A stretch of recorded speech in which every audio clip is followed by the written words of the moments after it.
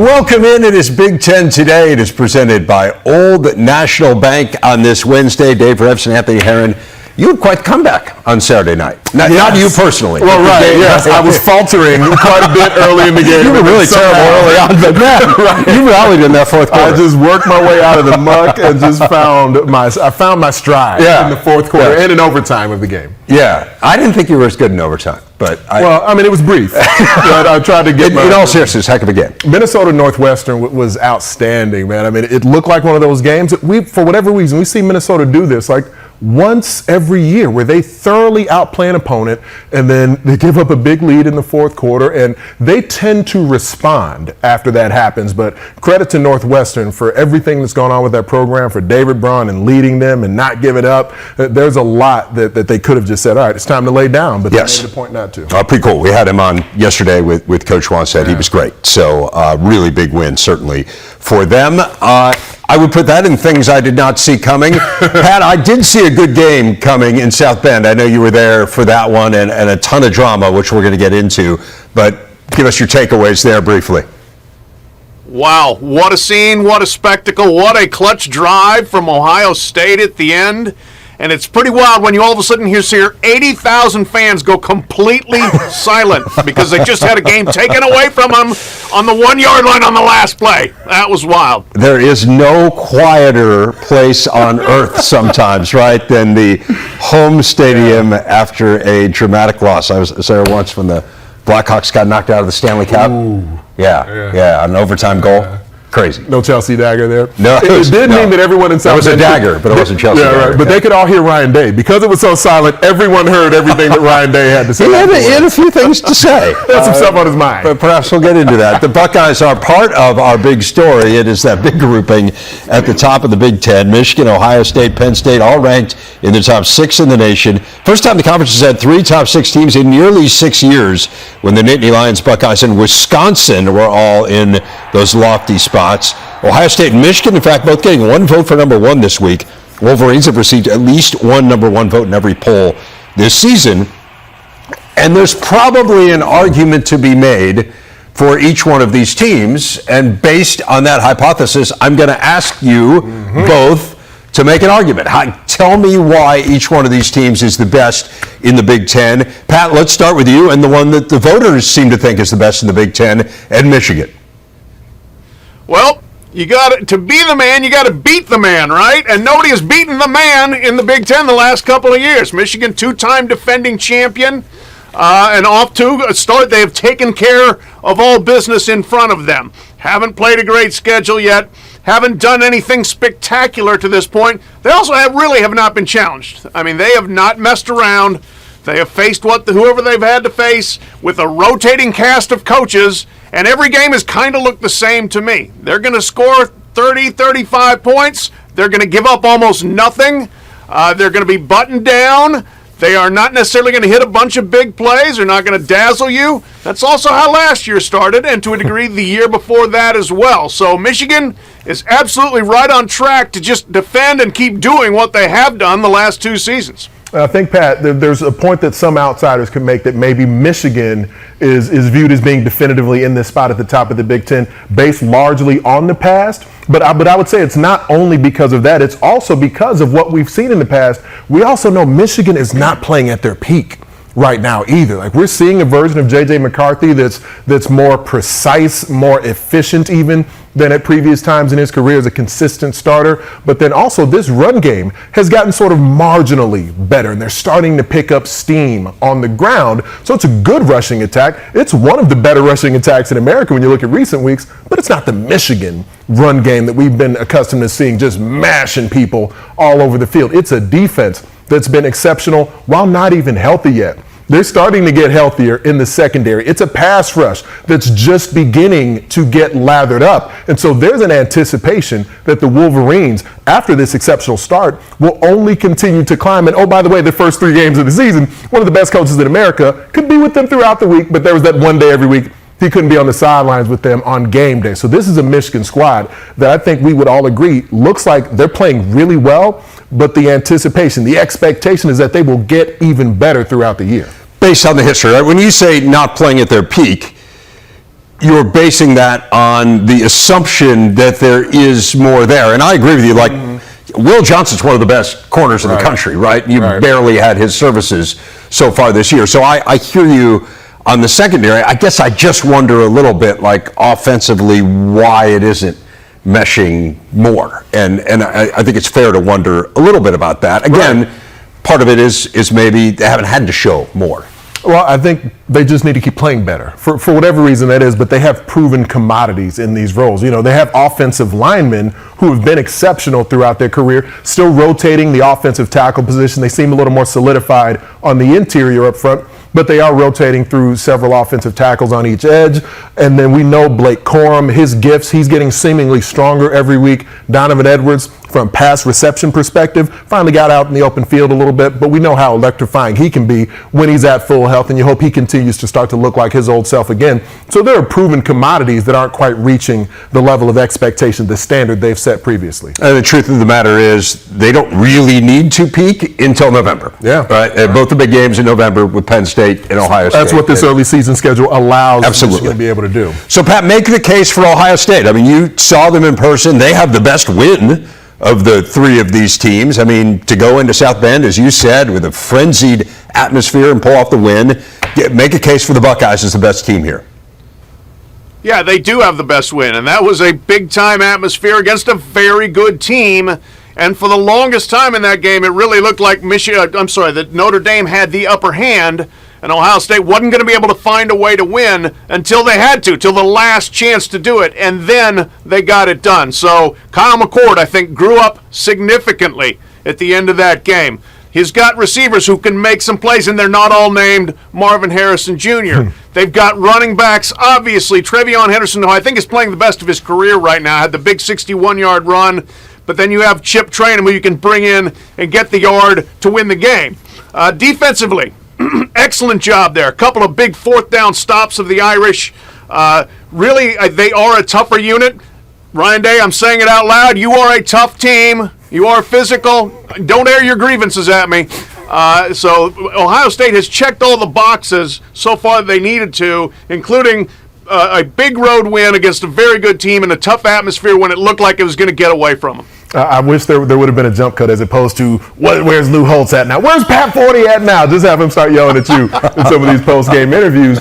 But I think that the health of Trevion Henderson, that is showing up because he has been banged up at different points in his career. But watching him, once he hits top gear, you're seeing what a special talent Ohio State has access to in the backfield. And he's not alone there. Chip Trayanum in that short yardage scenario, that even with only 10 defenders on the field, there wasn't this gaping hole for him to be able to run through, but he was able to run through contact, barrel his way into the end zone. And I've begun talking more and more about this Jim Knowles defense, an exceptional and efficient, at times explosive Notre Dame passing attack that they were able to control throughout the entirety of that game. It keeps Sam Hartman uncomfortable at times just with their front four, and JT Tuimoloau being able to pressure the opposing quarterback. Those are all huge things that will pay dividends for the Buckeyes moving forward.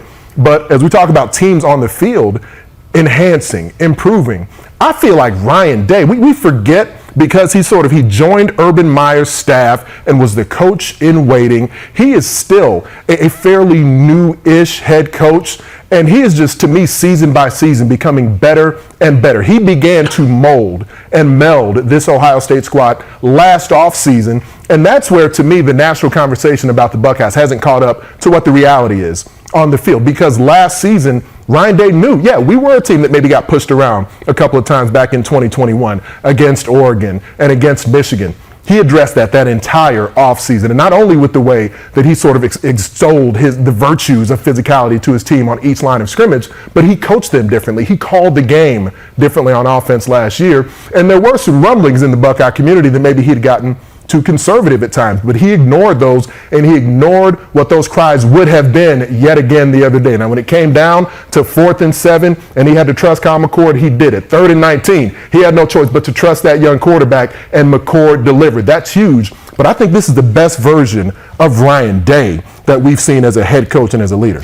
To me, it's the defense, too, and you touched on it. And all you have to do is look at the two games they lost last year. They gave up 8 plays of 45 yards or longer in those two games.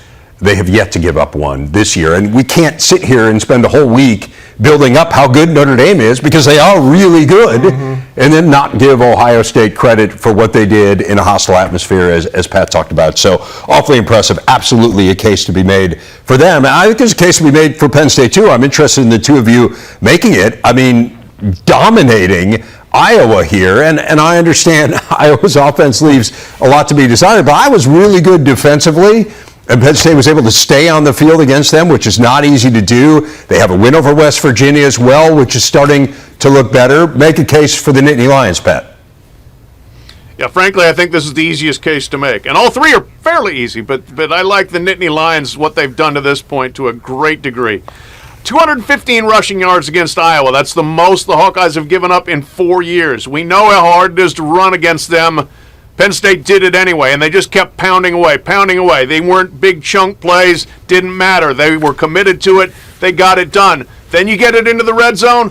Drew Aller, touchdown passes, short ones, but he's finding guys and finishing drives. So you leave the field goal kicker on the sideline, you score touchdowns. Then it's probably the best defense in the country right now, what they've got going on. To hold Iowa to 33 snaps, incredible. The lowest number of snaps for an FBS team on offense this season, ties the lowest since 2020. Who knows before that? So what they did, I thought, defensively in that game, what they've really done all year, spectacular. They have studs all over the place on defense, every level. Playmakers, guys that you can't block, guys that can cover, guys that can make plays that turn a bad pass into a touchdown for you. That's just a complete team that's playing extremely well so far. And it's not the historic level of Iowa defense that we've seen in recent years. It's still an exceptional defense at all three levels. And to me, where, yes, Penn State in the secondary, we're in a period right now where they're playing defensive back specifically and being able to just lock guys down in man coverage in a way that we've probably never seen in the history of that program. I'm calling it the golden era of defensive back play in State College. And yes, they can heat you up, whether it's with the front four or with the Manny Diaz blitz package. But on offense, to not only be able to run the ball, but to be both explosive and efficient at quarterback. It's sort of been an either-or scenario since James Franklin has been there, a quarterback position that will give you a dose of either. But Drew Aller now being able to access both of those and to be able to throw 4 touchdown passes and no interceptions against that Iowa secondary, against that Phil Parker defense on kind of a sloppy night as well. That, to me, if you can do that against the Hawkeyes, yes, you're at home. Yes, it's a whiteout. I'm immensely impressed by what they showed there, because if you can do that against the Hawkeyes on the back end there of that defense, then there's not a defense in the country that I think Drew Aller shouldn't be comfortable and confident saying he can deliver the football on time and on the money against anyone. Agreed. They haven't turned it over all year, and to not turn it over in those conditions, that tells you something. We know the defense is just fabulous. It's going to make things miserable for people. They got Northwestern and UMass next 2 games, and then they play Ohio State. So we're going to start to get some of these answers as to how these teams stack up. Michigan State has formally fired head coach Mel Tucker. This news comes 1 week after the school had announced that Tucker had a week to respond to its plan to terminate his contract. This, of course, is all following his alleged improprieties with Brenda Tracy, who, of course, is a well-known advocate for sexual assault awareness. This is the timeline of the events. They met back in 2021. Tucker signed his new contract that fall. Tracy was brought onto campus to speak with the team. She was made the honorary captain for a game and then eventually filed a Title IX complaint against the university. When that news became public, Michigan State suspended Tucker without pay. He issued a statement the next day calling the allegations baseless, saying this was simply a relationship between 2 people. Michigan State, a week later, issued that notice of termination that is part of the contract that Tucker has. They have a week to issue that notice, and then he can respond within that week. And here's what Michigan State said today. Simply put, Mr. Tucker's response does not provide any information that refutes or undermines the multiple grounds for termination for cause set forth in the notice. Instead, his 25-page response, which includes a 12-page letter from his attorney and a 13-page expert report, provides a litany of excuses for his inappropriate behavior while expressly admitting to the problematic conduct outlined in the notice. And essentially, what this is, Pat, there is a moral turpitude clause in Mel Tucker's contract. And part of it is, do you bring poor PR upon the university, for lack of a better way of putting it, public ridicule or embarrassment on the university? And what Michigan State is arguing is that kind of regardless of how all of this plays out with the Title IX complaint, that they feel that that has already happened. And so they feel like they have the grounds to make this move right now. Give us a sense of what you're hearing and what happens next here. Well, a very obviously unhappy, unpleasant episode that's been played out very publicly over the course of about 17 days here. And I think Michigan State, from the beginning when they suspended Mel Tucker without pay, that they were heading towards this resolution. And obviously Mel Tucker is fighting that and going to probably continue to fight to attempt to keep his lucrative contract or as much of it as he can. But clearly this has had a major effect on Michigan State's season. They have not played well the last couple of weeks. We'll see if now this element of closure helps them to be able to move forward, and Michigan State can move forward with trying to find a new coach. There's probably going to be a lot of legal fighting between the two parties here, between Mel Tucker and this university, but at least now they have finished their business here and can move on in terms of who's going to be our next coach and what can we do to help this team going forward. And Pat, this all just speaks really, again, it's sort of the latest example of the monumental responsibility that coaches have, that leaders have to all those around them. Because for me, as a former coach and as a former player, just think about all the other lives that are impacted who weren't even directly involved in the circumstance there between Mel Tucker and Brenda Tracy. There's a lot of folks who end up just through the domino effect of it, impacted with what their livelihood it may end up being beyond this point, because there's so much uncertainty now with the football program there in East Lansing. And so decisions end up mattering because you're responsible as the head coach of a football program for so many other people in your orbit. And I'd mention it to you. Obviously the on-field aspect is only, one small portion of this, but I was telling you the first couple of weeks, I thought that Michigan State was playing exceptionally well. And there was a lot of guys who had transferred into the program, joined the program, who'd been recruited even years ago, whether it was by Mel Tucker, the majority of the roster was now his, but a few guys like Noah Kim, who even predated Mel Tucker becoming the head coach. And we're seeing how drastically the on-field performance, the success that so many people work towards for the tangible results, for the competition that you're trying to work through there, now it's been drastically impacted by that. And Northwestern, I got to call that game the other night, a little further removed from the onset of their circumstances. We're seeing a team that's sort of coming out of the fog, and just wonder, in the midst of a regular season and the uncertainty there, if Michigan State can try to, with the leadership in that locker room, if they can try to find the paradigm focus that'll be necessary to pull themselves, because there will be games played, there will be folks hoping for success, but this phrase, the focus and the confidence of everyone around it.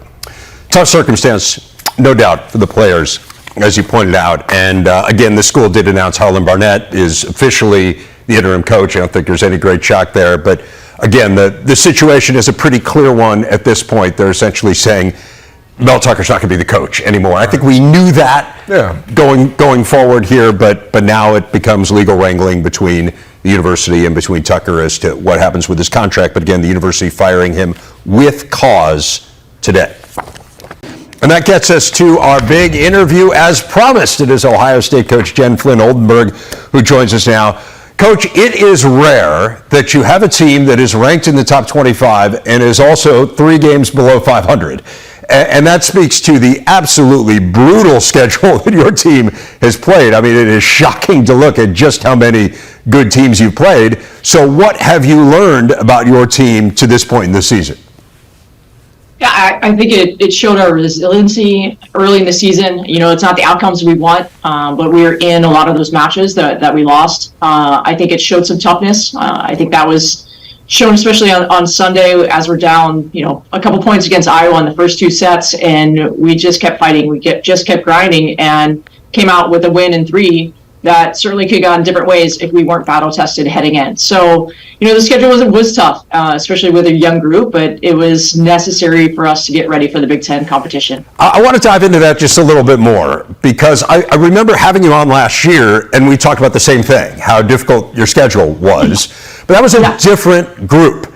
That was an older veteran group, a group that ended up making it one step shy of the Final Four. Give me a sense of the philosophy. Are you just going to play really good teams every year, no matter who you have? Or was this schedule set before? Was it set before? I would like to, yeah. And every year is a little bit different. I mean, scheduling is probably one of the toughest things we do as coaches. It's done in advance. A lot of times it's done in advance of our Big Ten schedule release, so we don't know what's coming ahead of us. But I don't know that we would have changed anything different, knowing that we're going to face Nebraska and Wisconsin in the first 2 weeks of Big Ten play.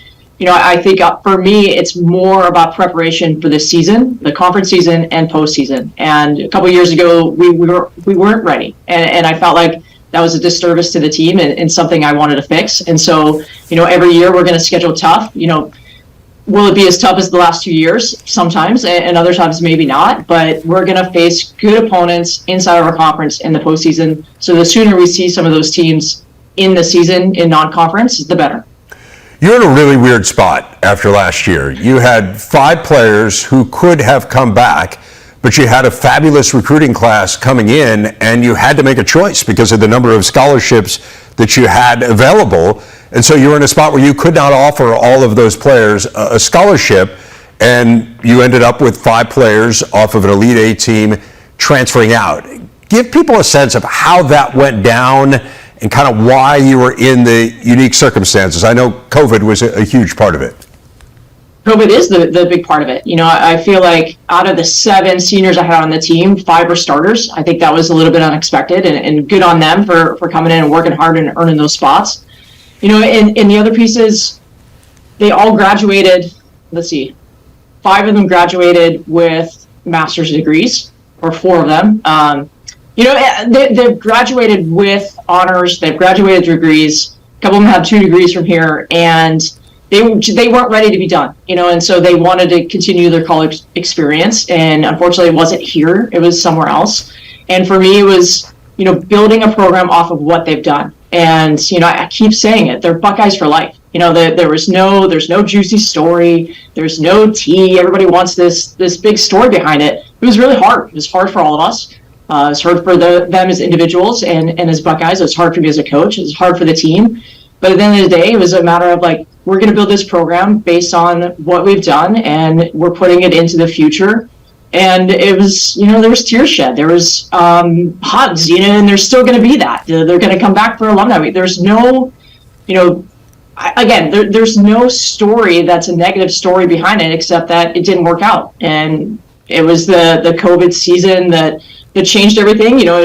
We can't go over a scholarship limit, similar to what Wisconsin was able to do a couple of years ago when they had all their super seniors back. So it's unfortunate in a lot of ways, but we're focused on what we're doing right now. Just like the ones that have moved on, they're focused on their season and improving their teams, and that's what we're doing here in Columbus. It's just how hard we work with this group. Yeah, we're young, but we're getting better every time we're stepping on the court. And right now we're looking for those results to change a little bit. Where have you seen the most growth with this young team? Everywhere, and that's what's exciting about it. And again, I think frustrating with the L's that you see in that column, but I think our growth is in every area. Our defense is getting better, and that's going to continue to improve. Our passing is starting to settle in a little bit more. That needs to improve. So everything that we're growing in also needs to improve. So it's that grind of getting better inside of a conference season where we're in the toughest conference in the country, and how much can we get better every day, win or lose. One player who is back and is a superstar is Emily Londot. What has her role been in this process, particularly as a veteran and as a superstar?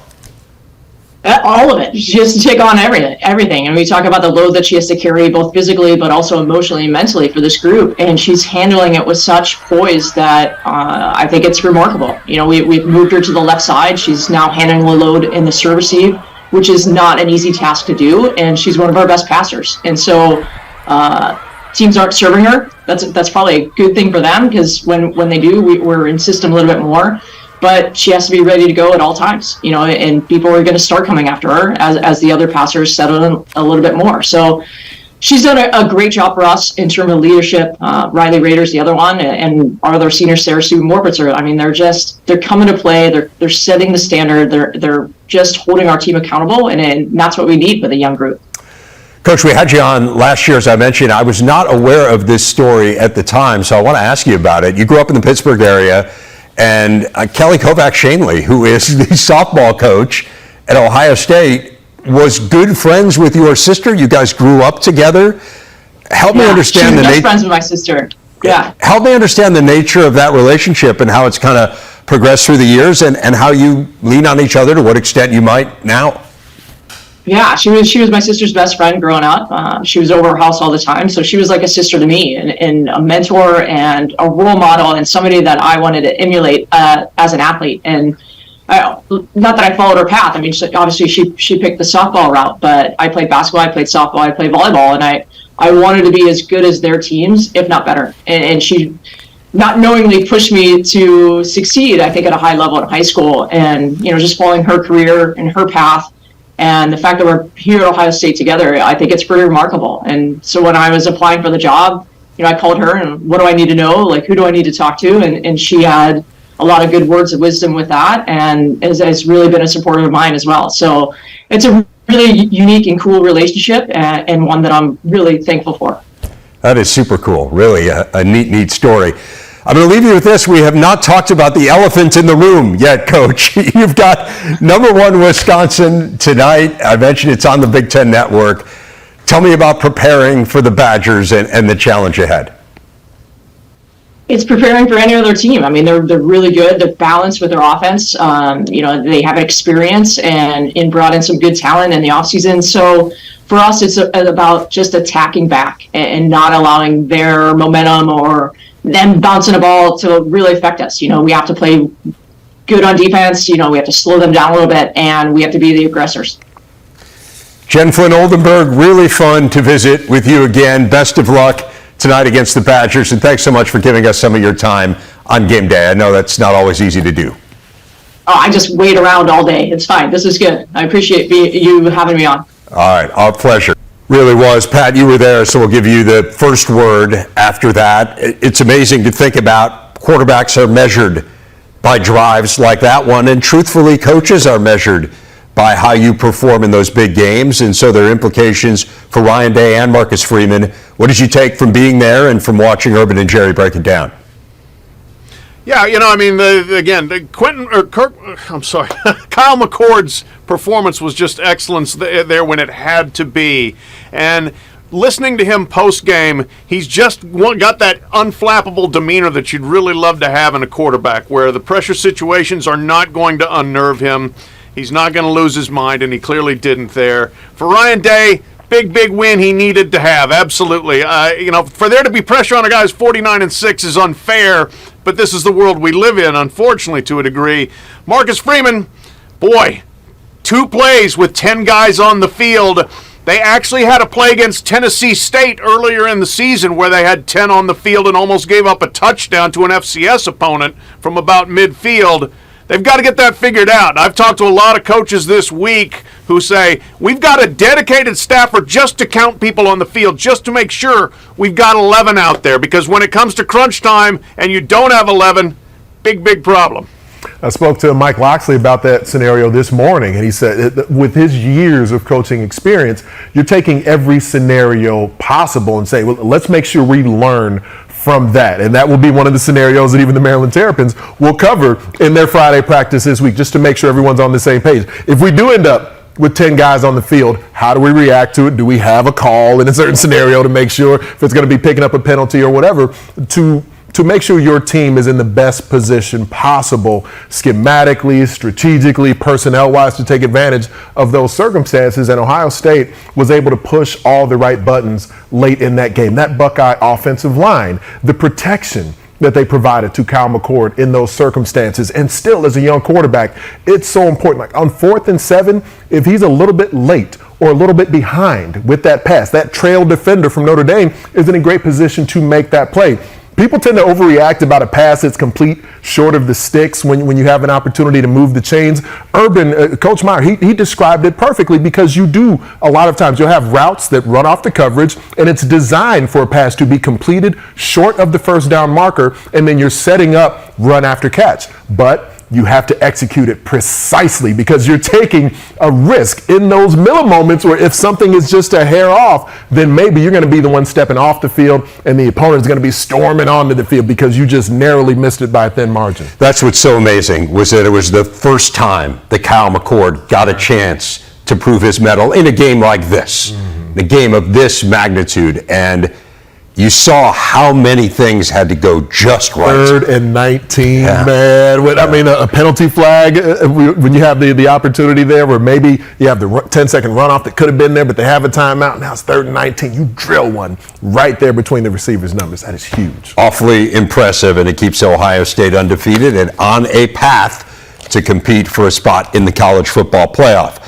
As we told you earlier in the show, Michigan State has officially fired Mel Tucker for cause allegations of inappropriate conduct with a university vendor. These are the numbers for Mel Tucker at MSU. He had the one fabulous year, of course, Kenneth Walker III and company winning 11 games in 2021, led to this massive contract. The university still owes him nearly $80 million on that deal. We see how it fell off last year, and they did get off to a good start under Tucker this year before the story broke. Obviously at issue now is how much of that money Tucker would receive, if any. That's where the legal wrangling's going to go. We'll leave that to the lawyers among us. What about the team? How do they move forward from this now, Anthony? From here within the Big Ten Conference, we've certainly seen an example in Evanston with Northwestern for a program that suddenly, shockingly, loses their leader, their head coach, and the amount of time that they're still sort of sifting through that. But I've called 2 Northwestern games this season, and between their UTEP game and the Minnesota game this past weekend, I did see not only a program, but an interim head coach who is sort of now galvanizing in a way that's leading to tangible results for the Wildcats. And you wonder, how long could this potentially take in East Lansing, with it being in the midst of the regular season, in the midst of now Big Ten play, and having, I guess, at least some finality, for whatever level of definitive finality this provides to players in that locker room, to other coaches in the facility. Perhaps now being able to compartmentalize is now more plausible, being several weeks removed from the initial breaking news here with Mel Tucker. But it was a team that in the first couple of weeks of the season on the field, I was thoroughly impressed, not only with the new players that had been added via the transfer portal, but with some of that pre-existing talent that was there beginning to play at a really high level. And it's certainly a really difficult position for Harlan Barnett to be in trying to steer this ship back on course. Because even the other day against Maryland, there was a stretch in that game where they were playing well, where they were staying in it, especially a defense that was playing much better than they had been the last couple of seasons. So I think personnel-wise, there's potential here for the Spartans. The intangible aspect of football is so important, though, for how difficult the sport is. The good thing for Harlan Barnett is lots of institutional equity, lots of equity with those players. They all knew him pretty well. The tough part, if you compare it to Northwestern, is the Northwestern players had 2 months to digest all this. They had a chance to leave if they wanted to, and all but literally one key player chose to stay. So essentially the entire roster said, hey, we're on board here. Little bit different situation when it happens in the middle of the season, which is obviously what's happening here with Michigan State. And so now the big question becomes, we've discussed what's next for the players here in the immediate term, Pat, but now the question becomes what's next for the program. Give us some names of candidates out there that you think might be a good fit in East Lansing. Yeah, for first starters, this is a good job. You're in the Big Ten Conference. You're at a school that has proven that it will pay a coach. It's probably going to be a top 20 paying job in the industry. And it may be one of the high-end jobs that opens this year. This may not be a super busy season on the coaching carousel. So I think you're going to get very good candidates. I know there's some people in East Lansing very enthusiastic about looking at Duke coach Mike Elko, who's done an unbelievable job there. He's been there for 17 games, 13 last year, 4 so far this year. He's 13-4 at Duke. And this is a guy coached at Notre Dame, knows that area of the country, defense first guy, a coach's coach, you could say. Mark Stoops, I think they wouldn't be surprised if they kicked the tires on him at Kentucky. He has done a great job there. He's recruited like crazy in Michigan and in Ohio. And he might be tired of butting his head up against the ceiling that is Georgia in the SEC East and looking for a change of scenery. The coaches in the state of Kansas, Lance Leipold at Kansas University, what he's done there is very much similar to what Elko has done at Duke. And Chris Kleeman at Kansas State, who has roots going back to North Dakota State. This incredibly solid guy, won the Big 12 last year, took that team to a New Year's Six bowl. So you're going to hear some guys like Pat Shermer that want to get involved, that have some ties to the school as well. They will not be hurting for candidates, I don't think, at Michigan State. It's not the easiest job in the world when you're still in the same state with Michigan. You've got Ohio State down the road, but there's going to be a lot of people that want this job. To your point, really good history of winning, and this program has been to a college football playoff. So they have proven that they can win in a 4-team playoff era. So you think about, hey, if I'm a good coach, playoffs expanding threefold, I can get Michigan State And the there. East Division is going away. You have to compete against them every year. It's going to be tantalizing. Spartan Stadium is special. Folks are going to want this job. No doubt about it. Big Ten schedule this weekend. Ohio State and Wisconsin are off. Everyone else plays. Conference matchups for Michigan and Penn State as they visit Nebraska and Northwestern, respectively. 5 conference games in all. 2 of them are here on the network, including unbeaten Maryland hosting Indiana. So in the few moments we have left together, I'm going to ask you, which is the game you'll be watching most closely? I am very much looking forward to Maryland and Indiana, because I don't think on the whole it's too early to be a separation Saturday, but perhaps an ascension Saturday. Maryland should be ranked in the top 25 at this point. For whatever reason, they're not. And I find this to be the most complete Mike Locksley squad that he's had in College Park. Not only what they do offensively with the experience of Talia Tagovailoa as a quarterback, the depth at running back and playmakers, offensive line that's emerging, but this Brian Williams defense is spectacular. Will give them an opportunity to win every game on their schedule. And with that in mind, they got to make sure they don't look past Indiana, knowing that the Buckeyes are looming on the other side of this game. So their ascension, perhaps into the top 25, and really some other matchups conference-wide, I think some teams can begin to ascend here at the latter stages of September. We talked all summer about, hey, this was a chance for them to start 5-0, and now you don't want to stumble on that last one there against Indiana. How about for you, Pat? Give me Michigan, Nebraska there. I want to see if Michigan can keep up its trend from the last couple of years. This is the 3rd straight year they've started with 4 in a row at home. Then, okay, what do they look like in that first road game? Well, they looked great. 2 years ago, they went into Camp Randall Stadium and routed Wisconsin, and that was the first sign that team had something special. Last year, they went into Iowa City, completely handled business there, showed where they were headed. Now you're going into Lincoln.